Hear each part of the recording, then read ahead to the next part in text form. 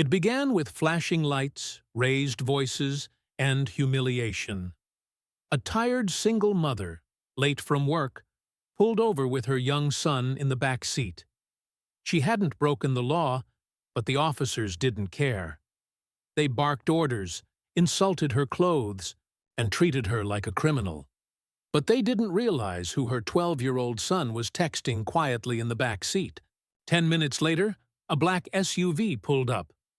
The mayor stepped out, furious, and the officer's world turned upside down. Rachel Williams was no stranger to struggle. A hardworking single mom of two, she juggled 2 jobs to keep the lights on and food on the table. That evening, she was rushing home after a long shift at the diner with her 12-year-old son Marcus in the back seat, helping with homework under the car's dome light. Her stomach dropped when the blue and red lights flared in the mirror. Wait a second, and tell us where you're watching from in the comments. Don't forget to subscribe for more powerful stories like this. She hadn't done anything wrong. Maybe a broken tail light? But the officers weren't interested in explanations. They questioned her aggressively, told her to step out of the car, and demanded to search her vehicle. When she hesitated, scared and confused, they accused her of being difficult. All the while, Marcus sat silent, eyes wide, clutching his backpack. But then he quietly pulled out his phone and typed a single message, one that would change everything. Marcus knew precisely who to message. His uncle, Rachel's older brother, had served in the city council for years before he tragically passed. The mayor, James Holloway, was his godfather and had remained close to the family since. Marcus had only messaged him once before. This time he wrote, "Mom is being harassed by police. They're yelling at her. We're scared. Please help." He sent their location, then waited. Meanwhile, one of the officers began mocking Rachel's diner uniform.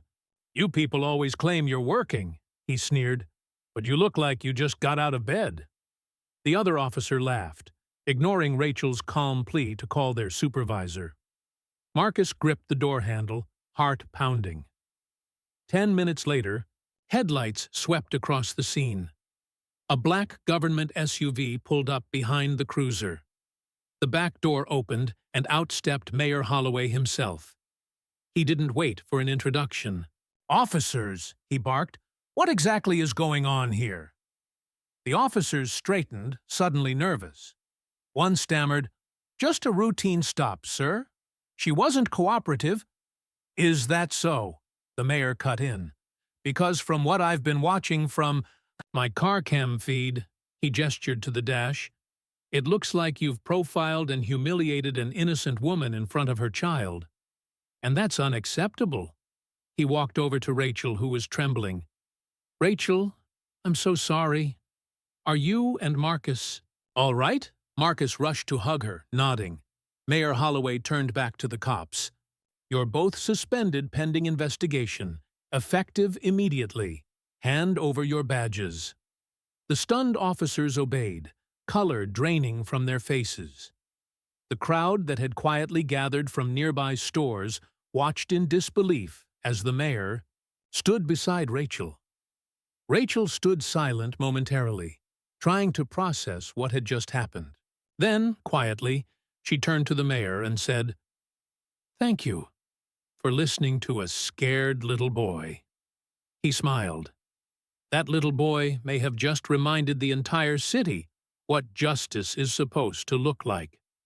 News of the incident spread like wildfire. The mayor's dashcam footage was shared online and aired on every news channel. The city erupted in outrage over the abuse and praise for Marcus's bravery and the mayor's swift action. Rachel was later invited to speak on behalf of police reform efforts. She used her voice to advocate for respect, equity, and awareness. Because sometimes one phone call from a child is more powerful than all the silence of grown men. If you enjoyed this story and thought it provoking, don't forget to like, share, and subscribe for more powerful narratives. Let us know your thoughts in the comments. What would you have done in this situation? Your support helps bring more eye-opening stories to life. Take care.